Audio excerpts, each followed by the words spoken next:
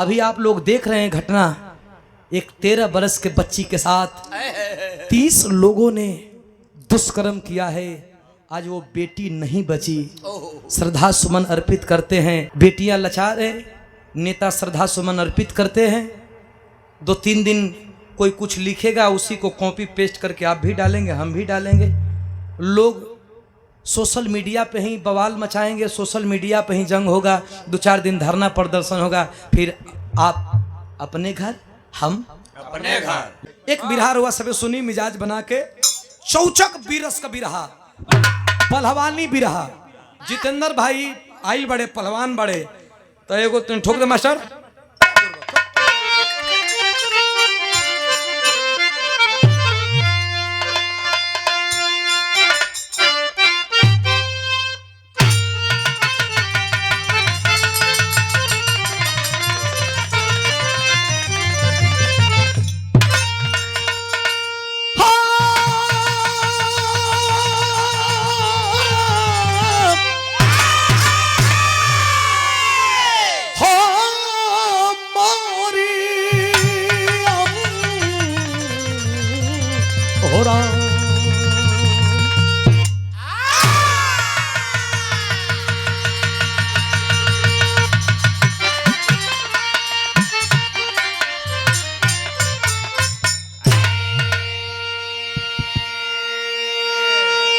ढोलक भी सही है, हारमोनियम भी सही है।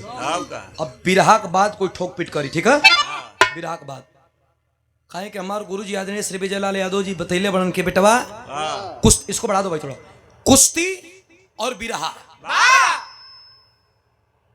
कुश्ती में चला 5 मिनट में पटका, नहीं तो 5 मिनट में पटका जा।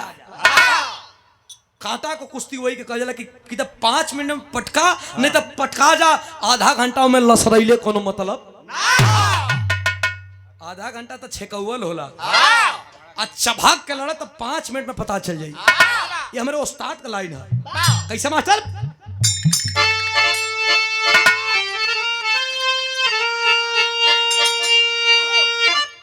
हिंद का अरे कोई चुनौती सना पेगा क्या, अरे जिसके फौलाद औलाद का बीज है,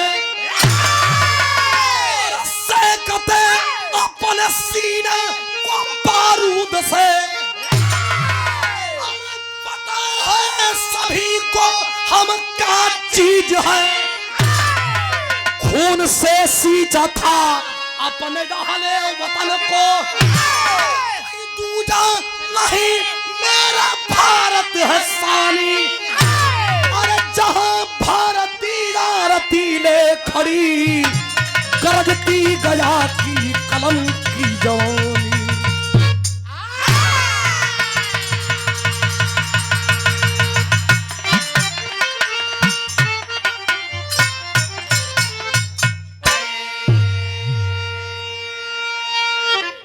आदमी रहता तो समझाओ देती, ये फतिंगा के का बताएं कि मैं घुसो थे मैं कुछ नहीं मिली। साला तंग कर दिया है यार, है साला खट मिट कुछ नहीं है। ए भैया, जहां भारती आरती ले खड़ी, गरजती गया की कलम की जवानी। सदी में महानायक और सदी में वीर और सदी में वीरांगना कभी कभी पैदा होते हैं। और जो कभी कभी पैदा होते हैं उन्हें बताया जाता है उनकी जवानी कैसी है, उनकी फितरत कैसी है। मर्द एक बार जन्म लेता है और एक बार मरता है। दिन भर में मऊगा 15 बार जन्म लेना, 20 बेरी मरेला। कव्वाली का टुकड़ा बा किसे रजा।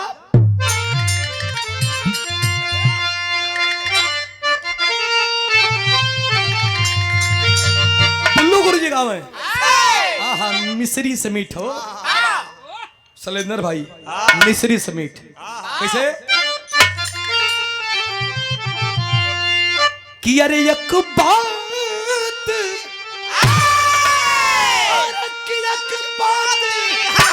मोरी सजीनी, अरे गठियाला चुनरिया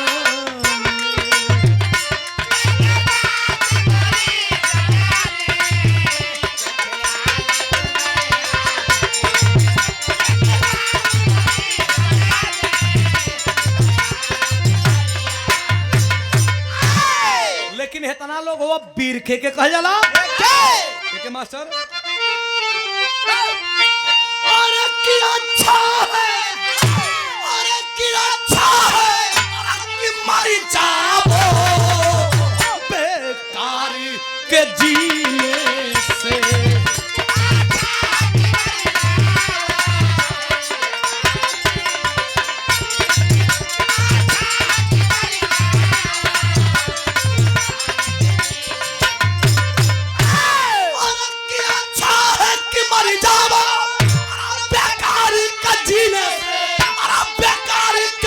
से अरे पत्थर पे अरे उगे मोती मेहनत के पसीने से।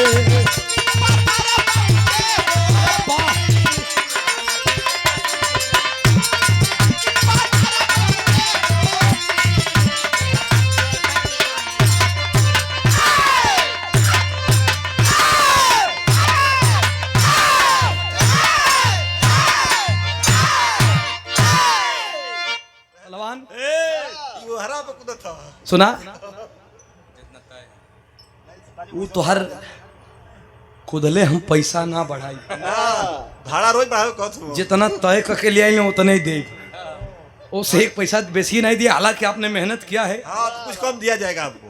नहीं कम नहीं दिया जाएगा, आपको तारीफ है। बस बस बात कम, बात कम, बात कम।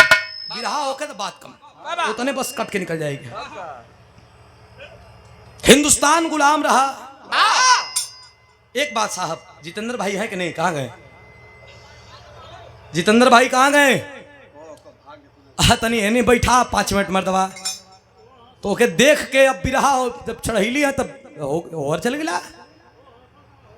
होर से हंसा मत जितेंद्र भैया, और सामने आवा मरदबा खाई करे ने पहलवान के आगे रख चाहिए। आगे आवा अपने मित्र मंडली के भी लेके का चाचा आगे बैठ के बिरहा सुना कि नजर में नजर मिलेला। जब पहलवान का नजर में नजर मिलेला तो सर्वा बिना यही तरह ताव चढ़ जाला। वो तो हुआ तो नहीं, जितेंद्र भाई के भी सुना दे। देश गुलाम रहा है। अच्छा अंग्रेज तब भी कहते थे, अब भी कहते हैं, पता है क्या कहते हैं? क्या? India is a poor country, मतलब गरीब देश है। साला गरीब देश है ये इंडिया है। ये समय समय पर अपन बहन भी है आ जाना कुल लूट कर ले गए। जब हमन गरीब भैया तो भैया जाइला तोरे कौन काम है? बिना ये करे तोरे नाश्ता पानी चलेला नहीं। ये कुलैबा करी। हाँ देश गुलाम रहल तो एक मनबड़ू किस्म का पगलाट किस्म का अंग्रेज आइला। अंग्रेज घूमे लगल तो देखत का है कि भोजन विहीन हुआ कुल खाना ना मिलत है, लेकिन हुआ पनीदार। बैठ गए लखनऊ में। लखनऊ में बैठ करके 5 पत्रकारों को बुला करके बोला, रे जरा लिखो तो। 2 पैक मार करके बोला, रे थोड़ा लिखो तो। साहब क्या लिखना है?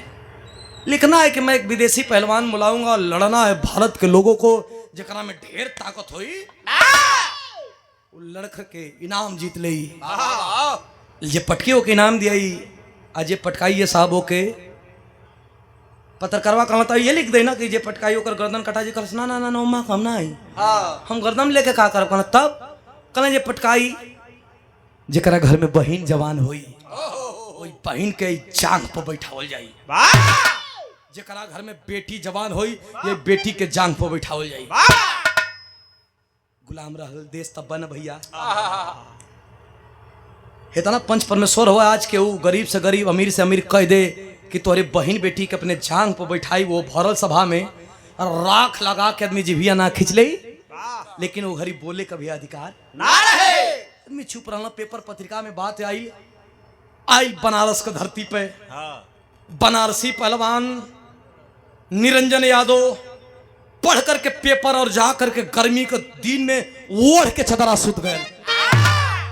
यही ज्योति जैसन एक बिटिया रहल करे घर में 16-17 बरिस का, नाम रहल अनीता।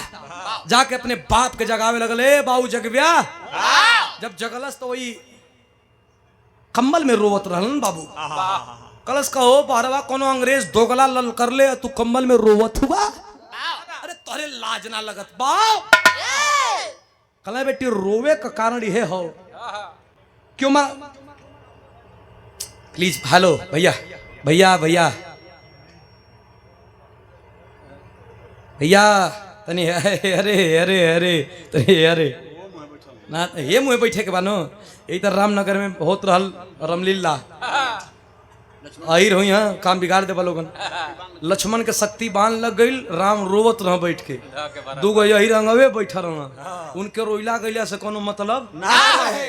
सब लोग रोवत बाबू बतिया से कहबिया तोहर भैंसे लागे ले तो बता हाँ भैया तो तुहार कलसनाई भैंस लड़ा गई बचपन के दूध को टूटी पड़ गई उन लक्ष्मण के शक्तिमान से कोनो मतलब ना उनको भैंस लड़ा गई रहा वैसे लड़ा ना भैया। हाँ तो ये तनी विराज सुना लोगन अपन के सुनावल जाता भैया हो लड़किया का बात सुन करके बाप रोवत रहना कहना रे रोवा का कारण विदेशी पहलवान ना पगली रोवे का कारण यह कि पटकाए ओला के कुल गर्दन ना मंगले हम पटकाए ओला के बहिन बेटी मंगले हम ए बेटी अरे कबो कबो बड़ियार पहलवान भी बिछली खा जालन दंगल मतलब बिछली का खेल जरूरी ना है कि बड़ी जोर हुए पटकी अगर एगो गलत दाव लग गई ना बेटी इज्जत नीलाम हो जाई तोर माई जब तोके जन्म दहलस तो यही आचर में हमरे डाल के कलस कि आज से तू ही एकर बाबू तू ही एकर माई यही कह के मर गई बड़ा प्यार से तोके लालन पालन भइले बेटी लड़किया बेग दल अच्छा कलस की हमार प्यार से लालन पालन भयल और लाखों करोड़ों बेटिन का इज्जत लूटल जाला और देश में केहू का बहन बेटी का जिया का अधिकार ना का पहलवान का बेटी है तो हमारी इज्जत बच जाई और केहू को बहन बेटी ललकार के एगो बात कलश संजीत भैया बिरहा में ज्योति बहुत धुन होला लेकिन है धुन का स्वभाव है धुन का कसौटी है धुन का शैली देखी है ये हमारे गुरुजी जवानी में गए रहा हालांकि हमारे उस्ताद बहनों जवाने हुए लेकिन कैसे गए रहा कैसे मास्टर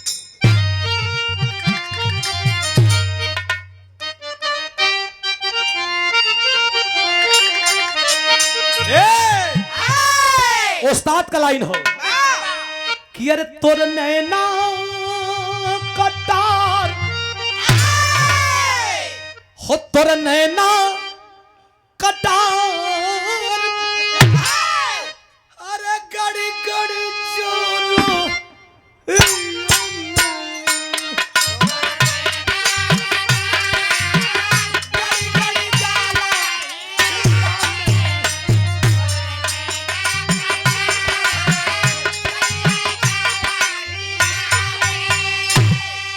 एक गावे वाला बुल्लू उस्ताद गावे कहा कि बूढ़ावा बेईमान बुढ़ावा बेईमान अरे मांगे करैली को चोखा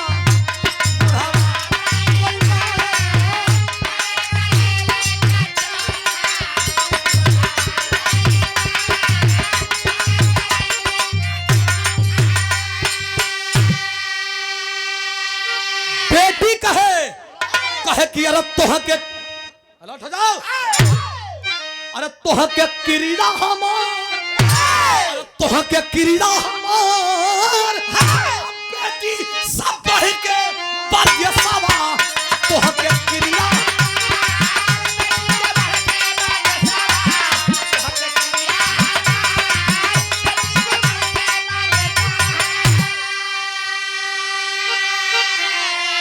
कहे अरे लंका दहन कैला जैसा हनुमान हो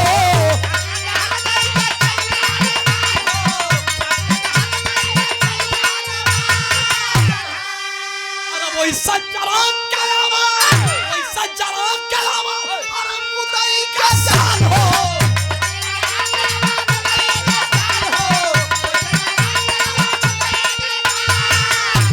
अरे गरजा शेर सारा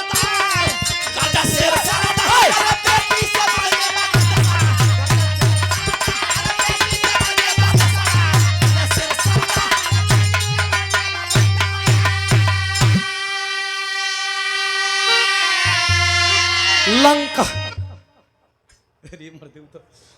लंका दहन कैले जैसे हनुमान हो वैसे जरा के अब मुदई कसाने कर गेन खोलो थोड़ा भाई भाई इसको थोड़ा गेन खोलो, दूर से बोले। लंका दहन कैले जैसे हनुमान है बाबू। अरे कोनो विदेशी ताकत आके हिंदुस्तान का पानी के चैलेंज करिए, हिंदुस्तानी बर्दाश्त करिए, हिंदुस्तानी मरल पसंद करी, हाँ, लेकिन केहू के आगे झुकल पसंद ना करिए। अरे बेटी जब रोम रोम में बारूद भरत बा, बाबूजी एगो बात सुना, का कहे मास्टर टेरी का लगल भाव। अरे सड़क जरा जातन की,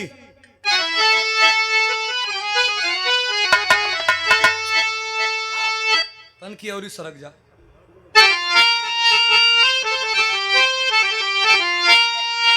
अरे मर राम, अरे दंगल में चल के लाड़ा इंडिया, अरे दंगल में चल के जाड़ा इंडिया, अरे भट के 16 को सबनम ने राह दिखाया।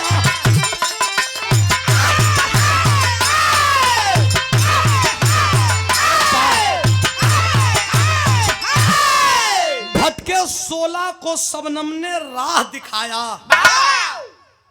दंगल में छल के आया इंडिया। बोलिए तो शौचक बना के बोल धला तो गोली से भी बेहतर होला। अब बोलिए तो अरे हाय हाय आदमी कहें कि 60-65 भैया बैठा कार हुआ, कहा नहीं नहीं मैं तुमको बैठाने वाली लगती हूँ, कहा अरे बाप रे बाप। ये बोलिए कुल है, ये बोलिए में जहर आई, बोलिए में अमृत है। ये भैया ये तनी बना के बोल धल सनीता बाप, ये तनी बना के अपने बाप निरंजन के बोल दलस कलस के रे का बतिया मत है। कोनो विदेशी आई हिंदुस्तान में दागी लगा के चली का, कहला ना ऐसा तो ना होई, ऐसा तो ना होई, लेकिन का करी, कहला लड़े जा, कहला लड़ब तो ऐसे ना लड़ब, हमारे लड़ले का एगो असूल है बेटी, कहला कैसे लड़बे, विराह का एगो तरज है, यो एक अपने आप में हाइये है। कौन तरज मास्टर?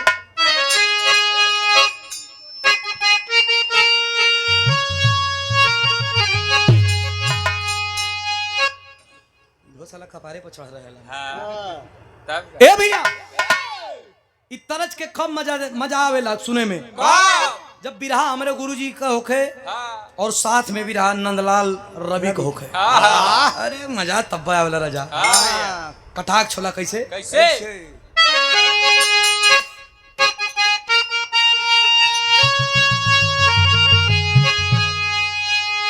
अरे तब मोरा नहीं हारा,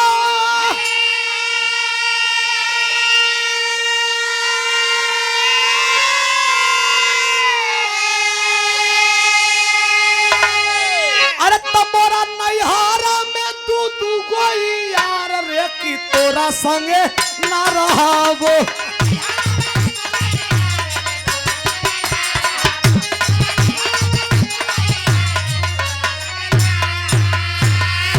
काहे अरे तैया को जाहिर हमें कि एगो जाहिर हमें एगो हच्चा मार रे की तोरा संगे ना रहागो।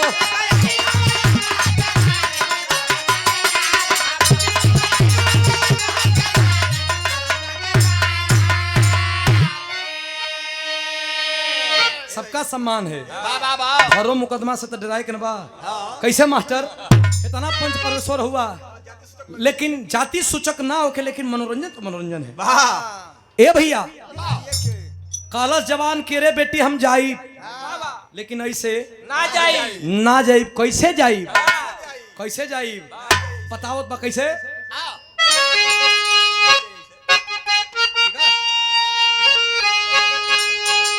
अरे तो चला देसावा, अरे चला देसावा का शेर सरादार रे की हर तरफ दुश्मन के।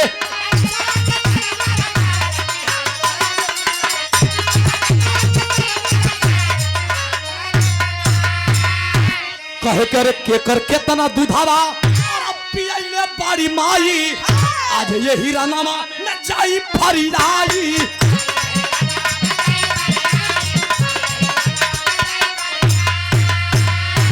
अरे देवजी दाजी धारा दिया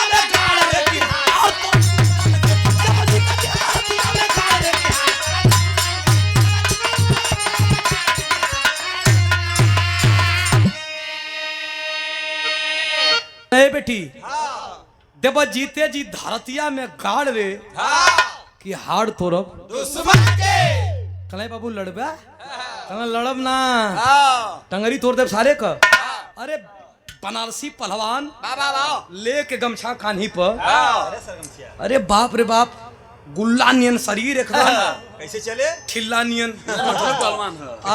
कैसे चले? लेके झनकार के हाथ जब चले ना हमन नियन तो टूटल कान दोनों ओरी हमनों के शरीर देखला मनो पहलवान ही जा, लेकिन वो जब चले भाई अरे ईंट के जब झाड़ के चले ना खाक पान गुलगुलावे जब चले ना भाई, अरे जब चलल त देखवैया कना रे माई तब मरत हो ना गजब को मरत बा।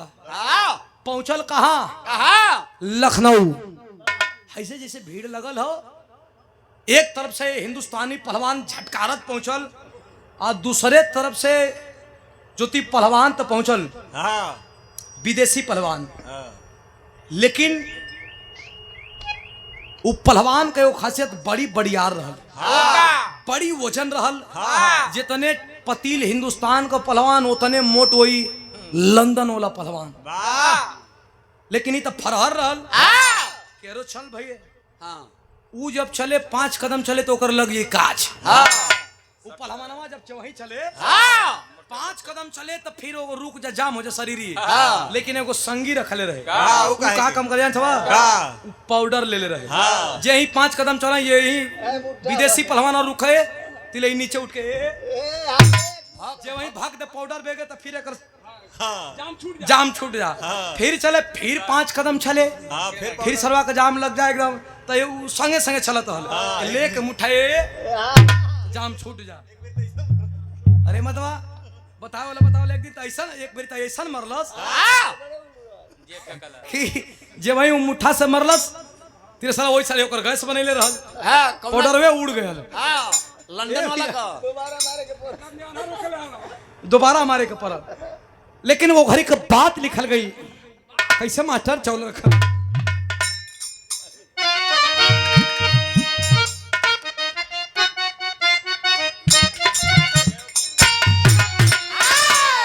तरजिया वो है बा, अरे गोरिया दिन भर कई के कटिया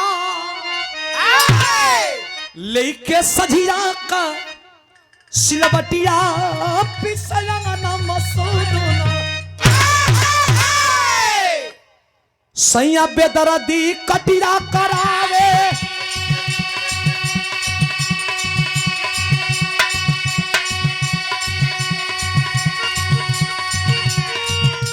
अरे रोज ढोवावे बोझा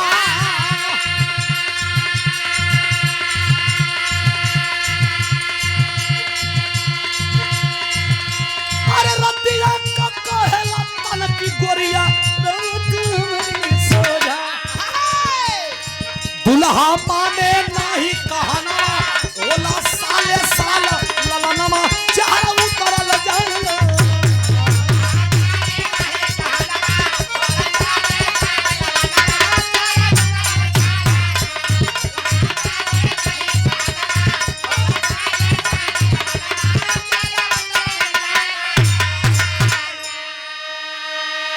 ए भैया दोनों पहलवान में कुश्ती होके लागल।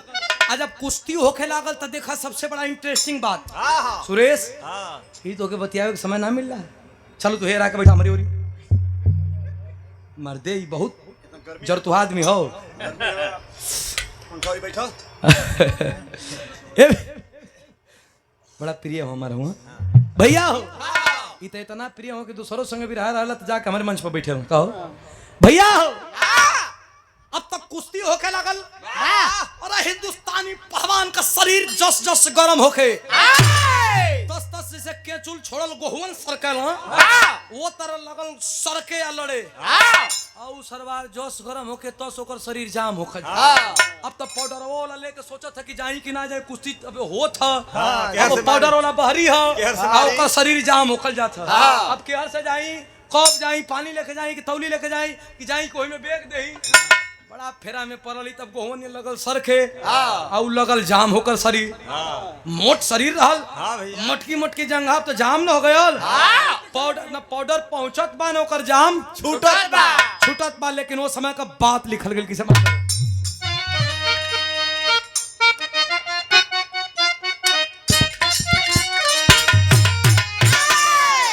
अरे धोबिया पाठा पलीला चढ़ाई,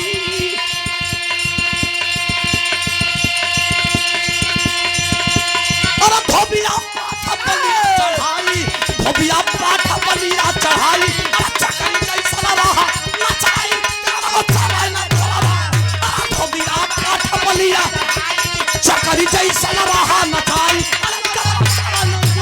हो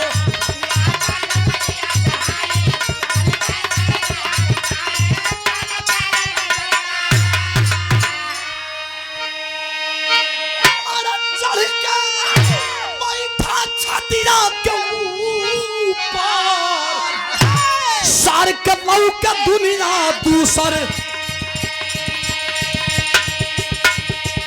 सर के लौ के दुनिया दूसर,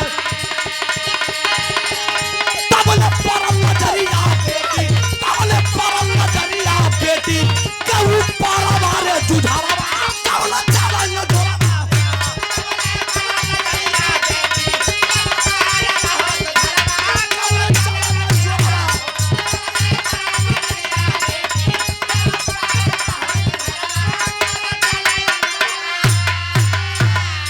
कुश्ती तो बड़ा कांटे को होत बा, प्रमाण मिलल कि 24-25 मिनट कुश्ती हो गई।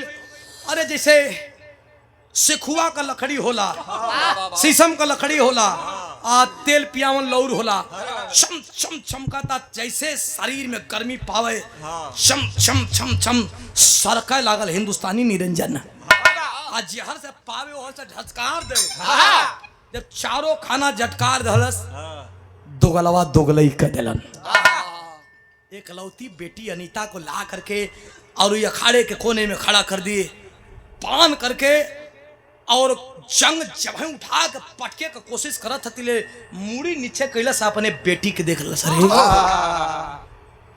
यही बदे लड़े लिया, यही बेटी हमारे सामने आ गई, मतलब समझ ना पावत है। लागल अपने बाँ के धीरे धीरे छोड़े, अपने बाँ के धीरे धीरे ढील करे लागल। हिंदुस्तान का आदमी सोचना कि अबले जवान पटकत पटकत कैसन शरीर छोड़े लगल, का हो गई, कई रिश्वत तो ना ले ले हा। ये कोने में से लड़की देखलस कि पटकत पटकत हमार बाऊ पटकाए का तरफ चल रहा। का बात बा, कल खबरदार, खबरदार, पटकैबा का हो, पटकैबा का, जब इतनी बात करस कि पटकैबा का, तब तक मैं पब्लिक और के बोलत है, लड़की बोलत बा, कहला सुना पटकाए से पहले पटकाए के पटका जी है, लेकिन एक बात कही हमार बाबू, एक बात कह दी हमार बाबू, तब पटकैहा उ लड़की कहाँ खटबडियाइल बा, अपने बाप से एक बात कहत बा, का कहत बा मास्टर,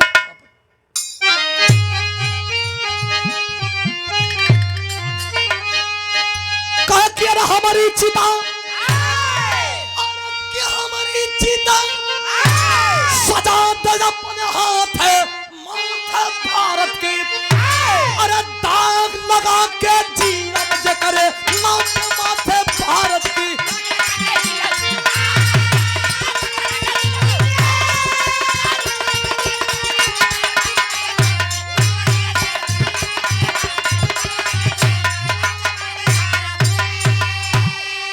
हमारी चिता सजा दे अपने हाथ है माथे भारत के, और अब दाग लगा के जियब जो करे नाते माथे भारत के। पटका जा, लेकिन ए बाबू, पटका तो जीव, लेकिन जमाना को लोग कही कि यही लड़किया को बाबू पटका दे रहा। अरे ऐसा जिंदगी जियल कौन मतलब हो, लेके पपियन का बंदूक से हमरे सीने में गोली चला दा। जब इतनी बात वो लड़की कहती है, बाप अकड़ करके और 2 कदम पीछे हट के एक बात कहता है, क्या अरे बेटी जब धक्कारी है, बड़ा है शेर हो, पटक के चढ़ गया छाती ऊपर, अरे कई पहलवान के ढेर हो, मैना सड़हमन नियन उखाड़ के जब चलल न, लगल मैना, अब कुछ कह अब तो नहीं, अब इतने तोपले ढापले कहत हई हाँ कि जब उरूज के जब चलल मैंने सड़वन मूड सिंग लगैलस आ उठा के अंग्रेजी पहलवान के उठा के मोड़ के गोड़वा ये छतिया पर रख दला।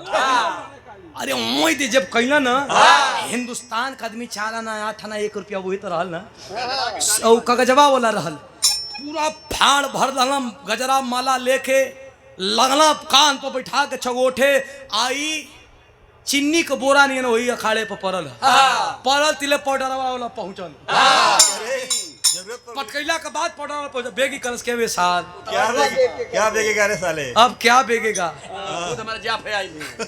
अब क्या पाउडर बेगेगा साला वो डंडा छिड़क के चला गया तू पाउडर के फेरा में पड़ा है। जब ये तनी बात हिंदुस्तान का जवान लेकर के कानी पे घूमत हमन और जब कानी पे घूमत हम यही मौका का फायदा उठा के अंग्रेजवा लड़किया के लेके 9-2-11 हो गया देखा था कि हमारे बेटी के लेके कोई जात हमन सब तो रुपया पैसा दलस माला गजरा दलस अपने अपने घरे गयल लेकिन जेकर बेटी गई ओकर ना इसे बड़ियार पेड़ के काट दे राय के धरती पर गिर जाला। वही तरफ पहलवान अपने बेटी के याद में रुपया पैसा माला ले ले सब लोग जब निकलल अपने बेटी के याद में राय को या अखाड़े पर गिरल बेटी के लेके जब वहीं अंग्रेज चारों वहां से निकलन ये पूरे घटनाक्रम पे एक बिरंगना का नजर रहा। वो बिरंगना केरल मास्टर केरल अलग भाव हो कनकी साउर सरक जी तो मजा आ जाए।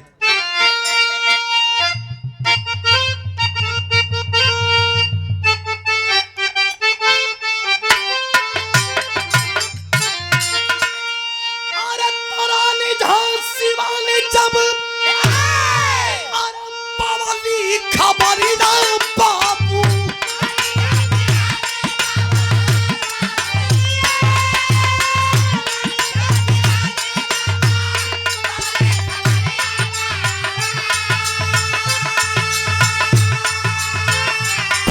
चली दी हालिया पर सनमा सजाए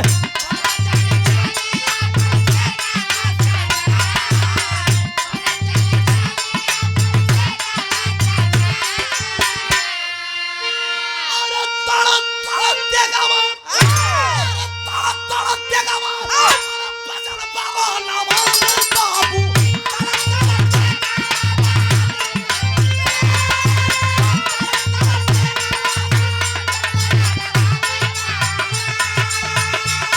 खच चलल बा समरिया तलवार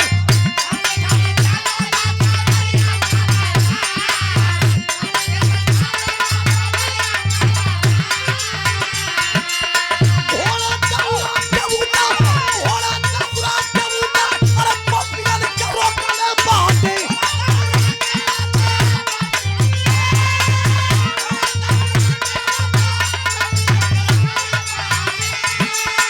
दही भैया जल्ला से के बिछावा ना बिछाए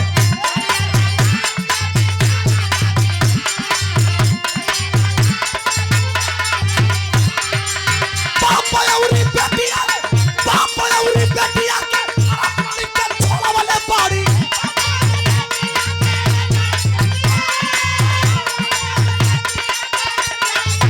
दही भैया जल्ला से के बिछावा ना बिछाए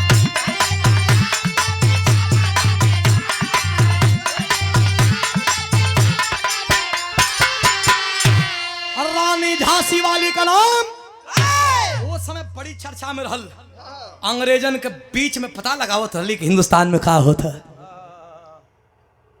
अंग्रेजन के बीच में रोक करके सामने खड़ा भइली तो घरी इतना तपाक रहल भैया कि झांसी का नाम सुन के जितना आदमी पराये भरना पराये भइलन ये बचल भाले का और तलवार का नोक पे जैसे गाजर मुरई के काटल जला अरे रेत के क्लियर कदली की लगल अनितवा थर थर कापे ए माई हमहू के मरबू का कल नारे पगली तो के मारब नहीं तू तो वो कोहिनूर है कि अपने बाप को प्रेरित कर दिया कि लड़ो पिताजी, हमारी इज्जत की परवाह मत करो, मैं तुम्हें गले से लगाऊंगी। कलश के गले से लगेबू तो हमारे बाबू पता न जियत हवन के मर गईलन, तेने उनके भी बुलवा दा। भिजवा करके बग्गी और निरंजन को बुलवाया गया। जब निरंजन देखे झांसी वाली रानी को पहचान गए, हमार बेटी का इज्जत बचैलू है, एमाई इज्जत बचाई क्या चाहिए, खाली जो मांगब सो दे दोगे। निरंजन कहला कि जान मांगा जान दे दे, कहला जान ना चाहिए। झांसी वाली रानी कहली कि जान ना चाहिए तो हर लड़की चाहिए। कहला मतलब हम ना समझे थे, एक तरफ हमारी बेटी के अपने जान बचाई और दूसरी तरफ हमारी बेटी चाहिए, मतलब क्या है। कहला रे पागल, ये 16 है और 16 को घर में नहीं रखा जाता है, पूरी बस्ती जल जाएगी। इसे हमारे तरफ भेजो, इसकी जवानी का इस्तेमाल किया जाएगा, इसके विवेक का इस्तेमाल किया जाएगा, हमारे किले में शास्त्र और शस्त्र दोनों का ज्ञान दिया जाएगा। अरे इतनी बात जब सुनना है निरंजन पहलवान, कहना बेटी के जा झांसी वाली रानी का पैर पकड़ ला। पैर पकड़ ला, जब वहीं उठा करके अपने हृदय से लगा करके झांसी एक बात कहती है। क्या कहती है मास्टर?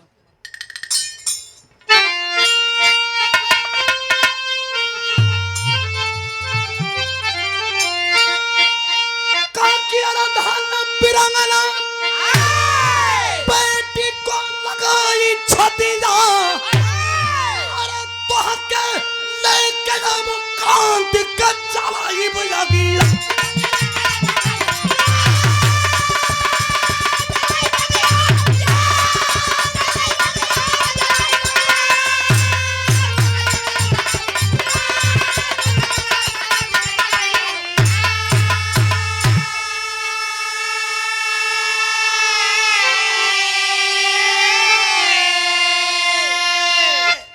जियो जवान, सला उस समय जन्म नहीं तो तुम कुर्बान कर देती, कुछ तो देश को और आजादी मिलती। बहुत बहुत धन्यवाद।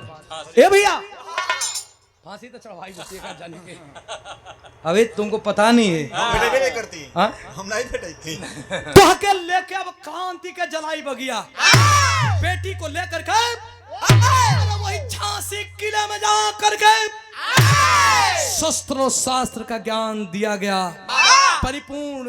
लोग क्या कहते हैं, खूब लड़ी मर्दानी वो तो झांसी वाली रानी है, लेकिन बड़ी बड़े जवान और बड़े बड़े विद्वान और बड़े बड़े वीरों का इतिहास दबाया गया है, सबका इतिहास नहीं लिखा गया साहब। झांसी वाली रानी के साथ साथ एक दलित परिवार पीडीए की लड़की लड़ती थी, जिस लड़की का नाम था झलकारी बाई। आज झलकारी बाई के सानिध्य में लड़ने वाली ये अनीता, दोनों लोग जब अंग्रेजों का चढ़ाई हुआ उस किले पे, तो रानी झांसी वाली की जान को बचाते बचाते दोनों वीरांगना शहीद हो गई। आज भी आप जाइएगा झांसी किले में तो उन लोगों के विषय में बड़ा गर्व से कहा जाता है, झांसी तो हमारी अपनी थी, बनारस की थी रानी लक्ष्मीबाई, जिसे झांसी वाली बाई कहा गया। बचपन का नाम मनुबाई था, झांसी में शादी हुआ था। जब दोनों बेटी शहीद हो गई तो धन्य हो देश की बेटी। लोग कहते हैं कि बेटियां सर का बोझ होती है, लेकिन उस समय से लेके इस समय भी बेटियों का इतिहास बड़े स्वर्ण अक्षरों में लिखा जाता है।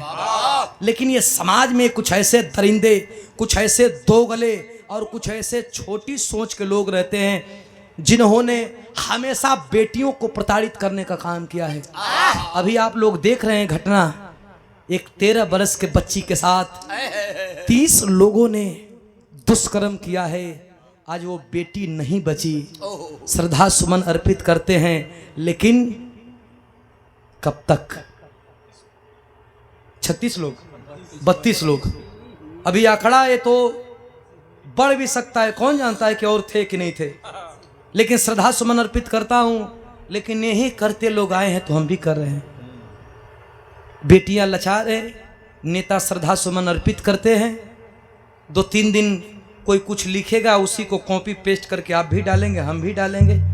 लोग सोशल मीडिया पे ही बवाल मचाएंगे, सोशल मीडिया पे ही जंग होगा, 2-4 दिन धरना प्रदर्शन होगा, फिर आप अपने घर, हम अपने घर। लेकिन उस बेटी को न्याय मिलेगा नहीं मिलेगा, अब तो भगवान ही जाने। कब तक बेटियां, बेटियों का बलिदान को हमारे देश में मिथ्या समझा गया है। तो श्रद्धा सुमन अर्पित करते हुए इस बेटी को भी याद करते हैं और इस बेटी को भी। खानदान का परिचय है किसे मास्टर?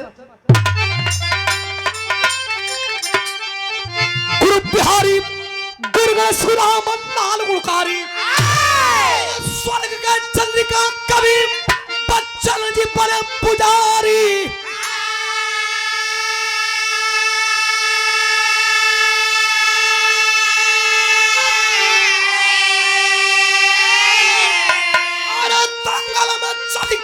इंडिया तो सुधीर विजय लाल का है परचम लहराया।